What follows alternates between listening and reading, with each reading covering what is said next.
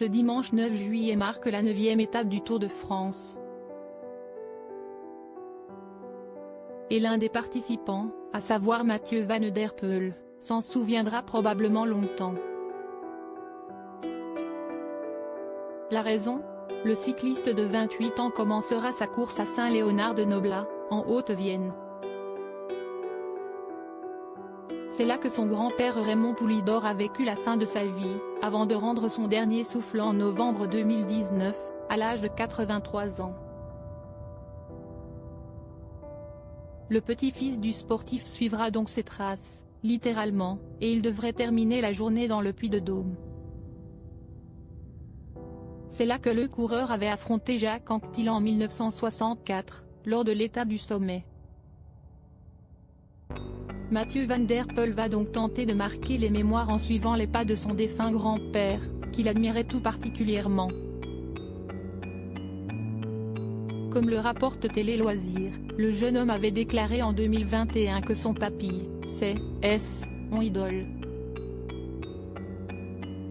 De son côté, en 2016 dans les colonnes du média belge Het Laatste Nieuws, Raymond Poulidor assurait que son petit-fils était bien plus talentueux qu'Adrie, le père du jeune homme, qui a épousé sa fille Corinne et qui a également été cycliste professionnel, note de la rédaction, et, lui. Il sait tout faire, sprinter, rouler vite en contre-la-montre et grimper. C'est un futur vainqueur du Tour, assurait l'ancien sportif avec tendresse. Une mère plus inquiète qu'enthousiaste si le jeune cycliste va tout faire pour se démarquer lorsqu'il foulera les terres de son grand-père adoré, il ne pourra pas vraiment compter sur l'enthousiasme de sa mère durant la course. En effet, interviewée par RMC Sport, le 8 juillet, Corinne Poulidor a révélé que jusqu'à maintenant, elle était contente qu'il ne fasse pas les sprints. Malheureusement pour elle, son fils compte bien montrer de quoi il est capable et elle devra donc, s'habituer, malgré la peur et l'inquiétude.